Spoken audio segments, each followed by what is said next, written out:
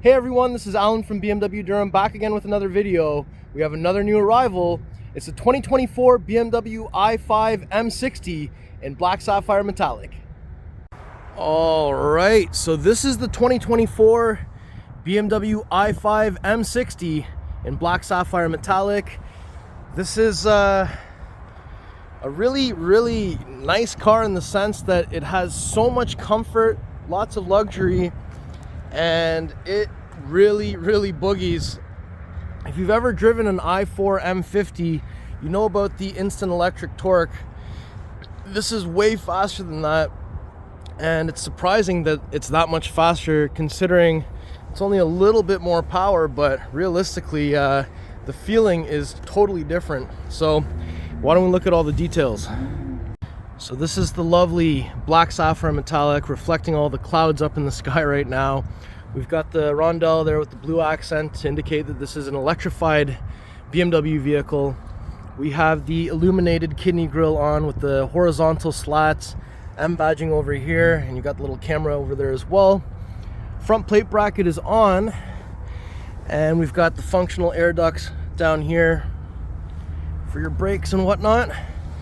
And this is what the new form factor looks like of these headlights. Very aggressive design, keeping in line with the design language by having 4 front-facing headlights. That still remains. Now when we come around, let's see what we've got here for wheels. So these are the 21-inch Aero wheels, 954i, and this is jet black burnish with that massive red M Sport brake in there. And we've got M badging on the fender, M wing mirror. So this is a kind of a different design than we've seen on other M wing mirrors, but that's what we've got here. And the overall side profile of the vehicle looks really good, and it's very proportionate in terms of kind of an elongated front, and it's less sedan looking, but it's still a sedan for sure. We've got black window surrounds. We've got the 5 badging here, hello and reflection. We do have the panoramic glass sunroof, new style antenna up here, and we do have also a cutting body line that comes up here, and we've got those new style door handles. There's that rear 21-inch wheel with a 285 width tire. The front is 225 or 255, my bad. And when we come back here, car was also tinted 35%, it looks like. We've got the little spoiler that's on the trunk lid. Got i5 badging over here with the I with the blue interior accents. M60 over here. And take a look at these taillights. So with the M60, they don't have the chrome strip in the middle like they do in the 530, maybe even the 540 in the US market. But it is a very elongated L shape, which is iconic. And of course, we've got the vertical reflectors and no exhaust because this is an electric vehicle. So underneath here, very smooth for Aero. And what I'll do now is let me just kick my foot underneath the middle of the car. So once that opens up, it reveals that there's some carpeted floor mats here. It looks like this is the 240 volt variable plug. The 115 is down here with the actual charger. We've got some tool kits here, air inflator kit with wheel lock key, tow hook, grocery bag hanger here, release levers to fold down the seats in a 60/40 split, and one more shot down here. So there's some space, but it's occupied by some of this stuff.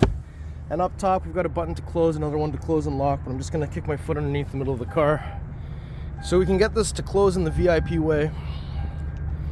Now when we press on the 9 o'clock position of the charge port door located on the passenger side of the vehicle, so there's no longer a cap here for the level 1, level 2. There is the bottom part for the level 3 DC fast charge.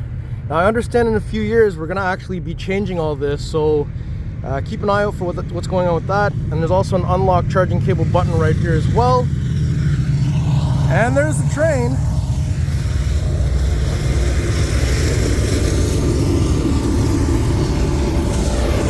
Hello, train. Man, that train is loud. So let me go ahead and open up that back door here. So once we open that up, right away, we can see that we've got some soft touch material on the top here, some blue stitching down here, and we've got Bowers & Wilkins in here, which is amazing. A little pocket down here as well. And when we look inside here, so we've got some winter floor mats installed. These are the black seats. Let me just put them back into place. We have the headrests here that can adjust up and down. I'm just gonna put this one down here. Come on. Oh, there's 2 buttons on this one. Jeez, I can't do this with 2 hands. Anyways, we also have armrests in the center, and the button for the pass-through is up here like this. So there's the button right there. You just gotta press it forwards. Up top, we've got some microphones for rear Bluetooth. We also have some reading lights up here, handle on each side with a coat hanger, right? Just like so. And on the back of the center console, we've got some vents. We've got 2 USB Type-C charging ports and a little storage space. We've also got some vents. And just keep in mind that the sunroof scrolls from the front, kind of like the 7 Series. Let's go open the door on the front next. All right, so if we approach from the passenger side, it's actually kind of a cool shot with the train going by, but let's open up the door here. So we've got that light interaction bar inside of here. I've got it on the purple lights, which is my favorite. We have the Bowers & Wilkins speaker over here. Carbon fiber trim with some kind of like silver mesh lining in there. Again, it's with soft touch material at the top, right? We've got stitching down here. That bulbous shape of the speaker, because I had mentioned one speaker's facing this way, one speaker's facing this way, and they're both facing each other so we can maximize the number of speakers, because a lot of the room where they would actually put the speakers is taken up by the battery. Now we've got power seat with lumbar. Let's take a look at those beautiful black seats with the M tricolor stitching on the piping here, and got kind of like a bluish red color coming in through the headrest in here. That's kind of neat. And over here, if you're wondering, this is how you open and close the vents. This is how you direct the air in the vents. And there's a button down here that opens the glove box, right? It's illuminated, and you can also lock the glove box here. We have iDrive 8.5. You've got your wireless charger on the left side with a little cooling vent. The right side is just storage. USB Type-C, 2 of them with the cup holders. We have the glass shift indicator, shift knob, iDrive controller, and volume wheel. And start stop button. If I press that open, we've got 12 volt plug in there. And let's go open the door on the other side next. All right, so let's go over here and open the driver door next. So Bowers & Wilkins, we got your window controls here. So yes, the car was just tinted. That's to make it so only the driver controls the windows. We've got memory buttons over here, unlock, lock. Tailgate over here. If you pull that with the key inside, it can also close the tailgate. We have full power seat again with lumbar, right? So, and then over here, we've got that new steering wheel with the 12 o'clock indicator, M tricolor stitching, and overall this looks really awesome. And over here, vent controls, exterior lighting controls. So let me just grab a seat in here real quick. So while we're in here, just keep in mind there's also one boost paddle on the left, which is just to get you into a sprint mode or boost mode for 10 seconds. Let's start the car. So that's the startup sound. That's actually the same startup sound as the iX M60 as well. And we've got this kind of M specific iDrive 8.5 dash here. It's also in the 2024 i4 M50. And we've got all kinds of things here, including AR navigation and directions and map view. So lots of fun stuff there. We also have the head-up display going here as well.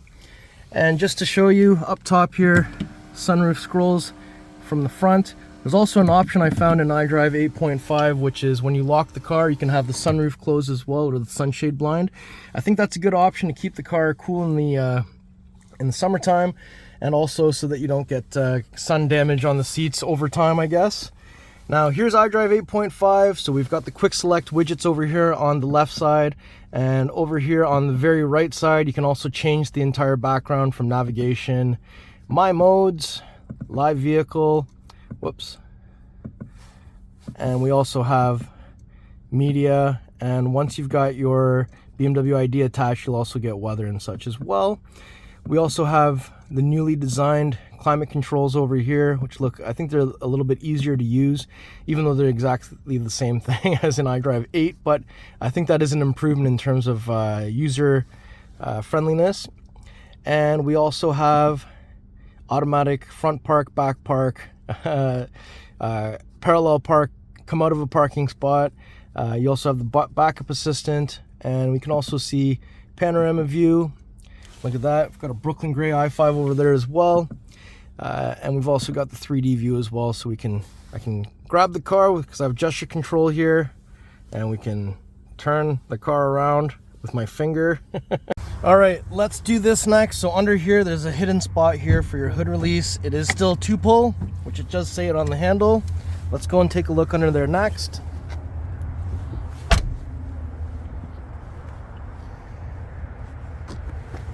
So when we lift this up, massive engine cover with an M on it and some exposed carbon looking material.